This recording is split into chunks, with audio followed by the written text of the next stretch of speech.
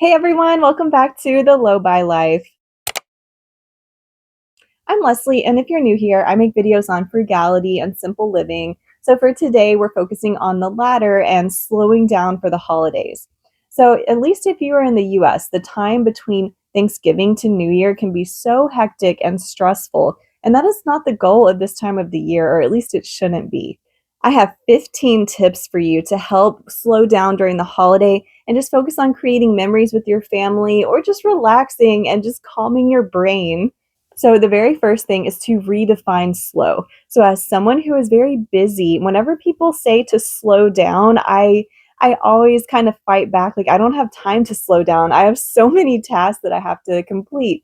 But slowing down doesn't have to mean literally going slow and spending a lot of time on things. So for a lot of people like myself, it can just mean being more intentional and more mindful with what you're doing. So redefining slow is really the very first step to this process. So number two is to pick your battles. So you can decide what is important to you. You don't have to do what everyone else is asking you to do. People might be inviting you to things, pressuring you to bring items to events or volunteer or whatever it is. But you get to decide what is important to you. So pick your battles. Choose a few things that are important to you and just say no to everything else.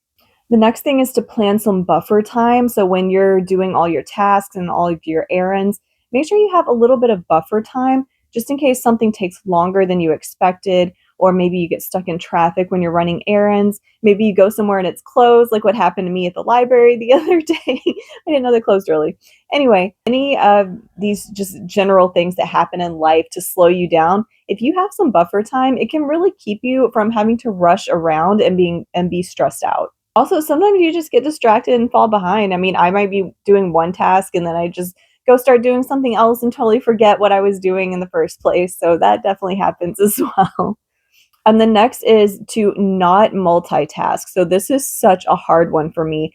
I actually made a video fairly recently about information overload and trying to calm my own brain. And this is one place where I really struggle with the multitasking. So whenever I'm doing something, I am almost always listening to something, whether it's a podcast or an audiobook or just maybe a TV show. That's a little more rare. But I'm always trying to get more information. I'm trying to learn things. I'm trying to occupy my mind, but sometimes this can have its downsides. So multitasking, I mean, it spreads your attention across many different things. So you're more prone to make mistakes and just not remember things that you're doing. If I am listening to something and trying to learn while I'm doing something else, I'm not going to retain the information that I'm hearing most of the time. So multitasking really isn't as advantageous as you would think it would be. So especially as someone who's thought I was really good at multitasking, I definitely see some of the downsides. So be aware of that and just do your best to not multitask all the time. Try to be present in the moment with some of these tasks that you're doing. Number five is to have slow rituals. So this is definitely one that I do as well. So maybe you're making coffee in the morning or tea. And I actually do this at work with my team. We go and make tea in the morning just to have, that 3 minutes or so just to kind of chill for a second and just get ready for the day with making our tea. My husband likes to stretch in the morning before he goes to work. Some people stretch before bed. I always do some deep breathing before bed and do some reading. So just anything that can kind of be a slow ritual for you to really ground you and either get you prepared for the day or have you wind down at the end of the day, or even something in the middle of the day just to have a chill moment. Just think of some slow moments that you can have. Another one that really comes in, I'm sorry, I'm kind of sick, so my voice is going in and out. But another thing that really helps me is to batch my tasks. So this is something I tend to do on Sundays, but kind of just whenever I'm able to. Things like meal prepping, run all of your errands at the same time. For the holidays, maybe gift wrap everything all at once. Like I have several gifts that I have right now for people, and I'm waiting on more to get here. So I'm just waiting until I have all the gifts, and I'm just going to do it all at once. Now, for some people, that may be a bit overwhelming to do stuff like that all at once. So, I mean, you know yourself, whatever's going to help you to not be so stressed. For me, I like to just knock everything out all at once like that. And of course, it is stressful in the moment, but at least you're getting it done all at once instead of having several stressful moments throughout the week. You can just wipe everything out. The next thing is a very important one for a lot of people, including myself, who is really bad at this. but saying no. And the thing that I really struggle with, no is a complete sentence. You do not owe an explanation to anyone. And it's so funny because this is something my husband has really taught me, because he is so good at just saying no to people and just leaving it at that, and just living with that awkward silence after he says no. Like, he would just be like, no, and then just sit there with it. And I am not that kind of person. I am the person who says no and keeps coming up with all the excuses and all of the reasons. And I just blurt everything out and just keep talking. And I really struggle with this one. But I've gotten much better over the years. It is totally fine to say no and just leave it at no. You do not have to list all of your reasons. I know some of this is easier said than done. Like, I really, trust me, I really know, I understand. But it's such a good thing to learn how to do. And it's something that I really hope my daughter picks up on, because I don't want her to be like I am, or how I was, I guess, where I feel the need to over explain myself all the time. I want her to be able to just tell people no. So this is a really good skill to learn if it's something that you struggle with. So the next thing is to simplify traditions. So this is one that I actually do a lot as well. I think a lot of these are things that I do now, which is how I came up with the list. But simplifying traditions. So things like making a semi-homemade meal instead of cooking everything from scratch. Maybe you may use pre-bought cookie dough instead of making your own cookies. Use gift bags instead of wrapping paper if that's faster for you. Honestly, I love gift wrapping, so I still tend to wrap presents, but whatever is best for you. But any of those things where you can kind of save some time, just do it. And it doesn't matter what other people think. Like, no one is going to care if you have some pre-bought cookies instead of making everything from scratch. You'll be fine. Another one that can help with that is, as far as simplifying traditions and things, is to delegate tasks. So recently it was Thanksgiving. So I did the Thanksgiving meal for my family. We just had a small group. It was basically just my husband and our daughter, and his mom and sister stopped by later. But so we had a really small group, but I was still doing a lot of cooking in the kitchen. So I had him keep our daughter out of the kitchen, basically. So that was his task.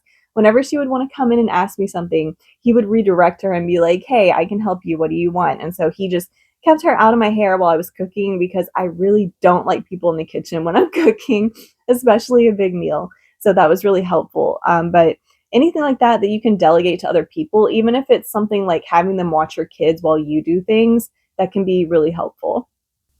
So the next one is to take some mini breaks throughout the day, just to take some deep breaths, maybe step outside to get some air. Whenever you're feeling overwhelmed, just take a few seconds to yourself to do something like that, and it can really help. So I think we're on 10. I didn't number these, I'm just going in my head. The next thing is to turn tasks into rituals. And this is one that I really like, and it kind of goes back to just slowing down and doing things mindfully. But something like wrapping gifts mindfully, maybe have some candles lit, some music playing, instead of just rushing through a task like that. Another thing might be grocery shopping while listening to music or a podcast or an audiobook. Just something to kind of slow yourself down so you're not rushing, especially at the grocery store. Like, I just want to be in and out of there. But I do find that if I listen to music or something, it can kind of help me chill out a little bit. And then also maybe bake a holiday treat mindfully instead of just rushing through it. Pick one recipe that's maybe not too complicated, and just do it mindfully and enjoy the process. I think we're actually on 12. Maybe that was 11. I'm going to say this is 12. I'm just guessing at this point. But the next one is to reduce decision fatigue. This is a huge principle that I live by, especially being a working mom and someone who's very busy. I try to reduce the number of decisions I have to make through the week. So things like planning my outfits for the week and my daughter's outfits, having more of a capsule wardrobe so I don't have a whole lot of clothes to choose from. It's very simple to pick out my outfits. It takes literally like not even 5 minutes just to set outfits aside for the week. Doing meal prep so I can just grab my meals for the week. The only thing I have to come up with is the recipe to use, and I have a lot of recipes saved on Pinterest. So a lot of times I just go through my Pinterest board and just pick a random recipe or something that looks good. But yeah, anything you can do to reduce those decisions. So number 13 is to replace tasks, don't add more tasks. So for example, replace some scroll time with something like journaling or reading. Replace a complicated recipe with something store-bought or just an easier recipe.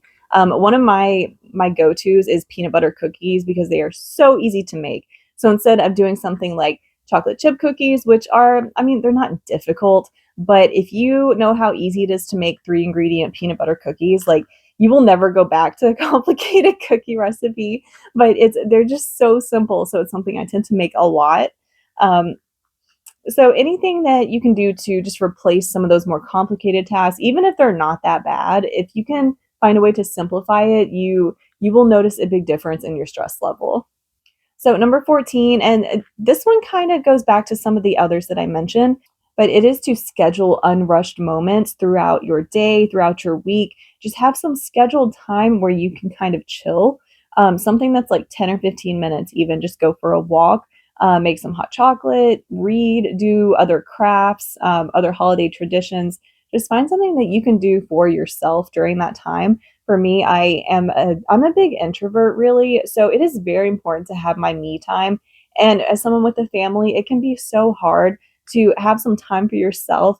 But the big thing I do is every night before bed, I read on my Kindle. So I lay in bed on a heating pad, I have my Kindle, and I just sit there in the dark and read, and it is so quiet and peaceful, and I love it.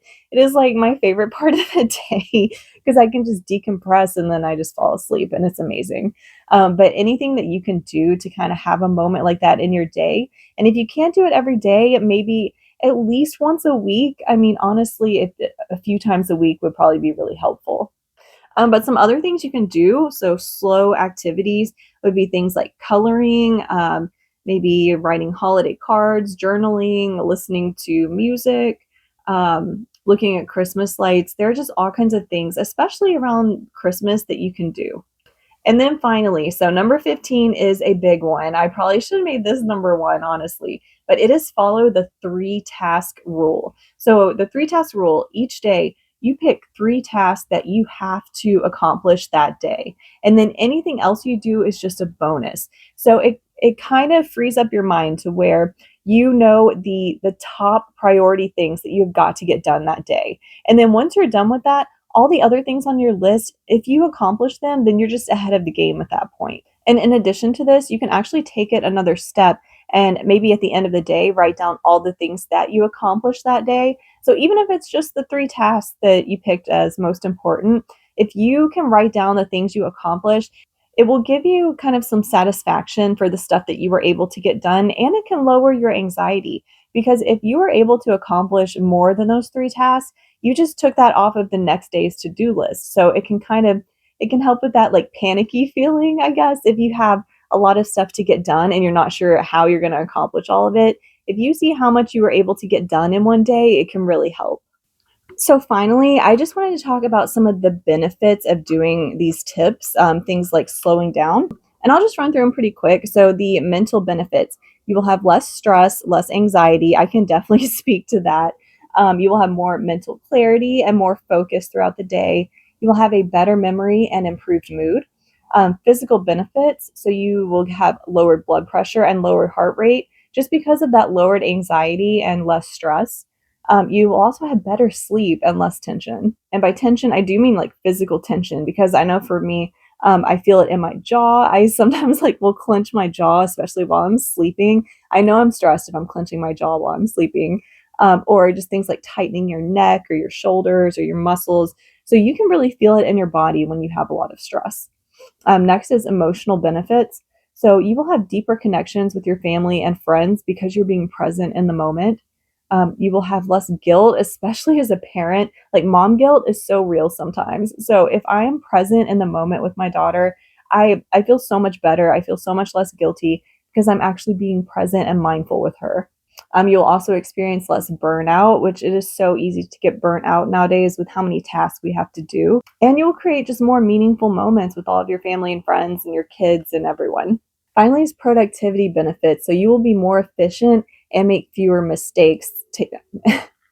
And the fact that I messed up the word mistakes, you will make fewer mistakes thanks to some of these tips.